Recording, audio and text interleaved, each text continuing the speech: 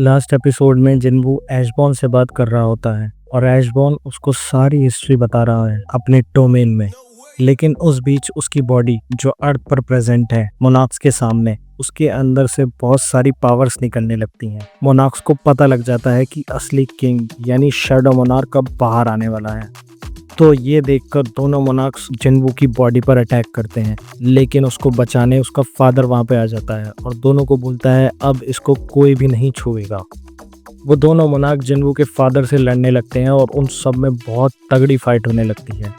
Beast monarch को shadow monarch की aura और माना फील होने लगता है, जिसकी वजह से वो वहाँ से भागने की प्लानिंग करने लगता है और फ्रॉस्ट मोनार्क से बोलता है कि अब मैं यहाँ से जा रहा हूँ। फ्रॉस्ट मोनार्क बोलता है कि तूने मेरा साथ देने का वादा किया था, अब अपनी पूंछ टांगों के बीच में दबाकर क्यों भाग रहा है। बीस्ट मोनार्क बोलता है कि मैंने वादा किया था तब तक जब तक शैडो मोनार्क अपनी ह्यूमन फॉर्म में होगा, उससे आगे का मैंने कुछ नहीं बोला, और ऐसा बोलकर वहां से भाग जाता है।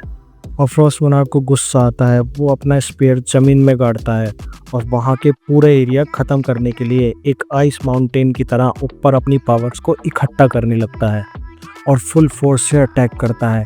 इतने में जिन्वू जागता है और उस माउंटेन को तोड़ देता है। बेरू, एग्रिस और बाकी सोल्जर्स भी समन हो जाते हैं। जिन्वू उठता है और बोलता है ये कौन यहाँ से भाग गया मेरी परमिशन के बिना, और अपनी पावर से पूरे अर्थ पर उसको ढूंढ देता है।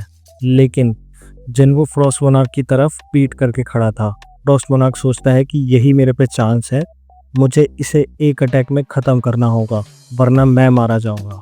और जिन्वू पर वो फुल अपने स्पेयर्स से अटैक करता है और जिन्वू पास शैडो मोनार्क की पावर है और वो उसके स्पेयर के अटैक को अपने एक ही हाथ से रोक लेता है। और वो फ्रॉस्ट मोनार्क को बोलता है कि तुझे मैं लास्ट में मारूंगा, पहले मैं बीस्ट मोनार्क को ख़त्म कर दूँ।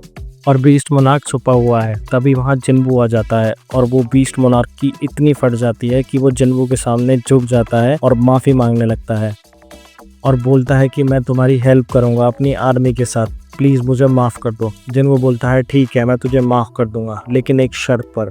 तूने मेरी छाती में अपने 5 पंजे घुसाए थे और अगर तू मेरे 5 अटैक झेल लेता है तो मैं तुझे माफ़ कर दूंगा। और बोलते ही जिन्वू उस पर अपना पहला अटैक करता है, जिसमें बीस्ट मोनार्क का हाथ कटकर इधर गिर जाता है और इधर फ्रॉस्ट मोनार्क से शैडो सोल्जर्स लड़ रहे हैं। बेरू थॉमस आंद्रे को हील कर रहा है। फ्रॉस्ट मोनार्क समझ जाता है कि ये उसका अंत है, वो पक्का हारने वाला है। इतने में जिन्वू वहां आता है और फ्रॉस्ट मोनार्क के सामने बीस्ट मोनार्क के कटे हुए नाखून फेंकता है और बोलता है कि अब वो मर चुका, तुम तीनों मोनार्क्स की मौत बाकी मोनार्क के लिए वार्निंग होगी। और जिन्वू उस पर अटैक करता है और बोलता है कि बीस्ट मोनार्क को 4 अटैक में मारा गया, देखते हैं तू कितना टिकता है। और उसके बाद 2 या 3 अटैक होते हैं और फ्रॉस्ट मोनार्क भी खत्म हो जाता है। बेरू जिन्वू से पूछता है किंग वो कौन था जिसने हमें बचाया और वो कहाँ गया।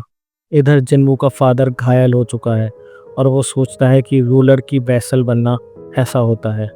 इतने में जिन्वू अपने फादर को ढूंढ लेता है और बोलता है कि क्या सोचा था कि इस बार भी आप हमें ऐसे ही बिना बताए कुछ चले जाएंगे। फिर जिन्वू का फादर जिन्वू को अपनी स्टोरी बताता है, जब एक बहुत बड़ा गेट ओपन हुआ जिसके अंदर से बहुत सारे बीस्ट बाहर आने लगे।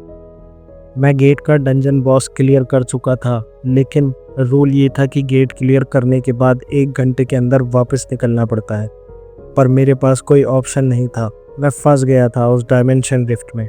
उसी वक्त रूलर्स ने मुझे अपनी ताकत दी और एक रिक्वेस्ट भी की, मोनार्क्स को रोको, उनमें से एक शैडो मोनार्क भी है जो अभी पैदा होने वाला है। एस्केप का कोई रास्ता नहीं था और इसलिए मुझे रूलर्स का वेसल बनकर अर्थ पर वापस आना पड़ा, एक भारी जिम्मेदारी के साथ। पर मैं अपना फ़र्ज़ निभा नहीं पाया। मैं जानता था कि इंसानियत का सबसे बड़ा खतरा उस एक बॉडी के अंदर छुपा है जो हो तुम, पर फिर भी मैं कुछ नहीं कर सका, सिर्फ दूर से सब देखता रहा। रूलर्स का पहला एम था शैडो मोनार्क को पूरा ख़त्म करना और रोकना, लेकिन धीरे धीरे उनका नज़रिया बदलने लगा और तब ब्राइट फिलामेंट ऑफ लाइट ने एक नया हुक्म दिया कि शैडो मोनार्क को बचाओ। उन्हें समझ आ गया था कि अगर मोनार्क्स का प्लान तोड़ना है तो हमें शैडो मोनार्क की ताकत चाहिए होगी। वही एक है जो डिस्ट्रक्शन को रोक सकता है। किंग ऑफ ड्रैगन के सोल्जर हेवन के सोल्जर से पहले आने वाले थे। ये सब एक बड़ा गैम्बल था, कोई गारंटी नहीं थी कि वो ह्यूमन के साथ रहेंगे या मोनार्क्स के। पर अब हमें रिजल्ट पता है और इसलिए मैंने तुम्हारी मदद की थी। मैं नहीं चाहता कि तुम मुझे इस रूप में देखो। और फिर एक काफ़ी इमोशनल सीन आता है जिसमें जिनवू का फादर जिनवू से पूछता है कि क्या मैंने तुम्हें परेशान किया है या हर्ट किया है, उसके लिए मुझे माफ़ कर दो, क्योंकि वो इतना जख्मी है कि अब मर जाएगा।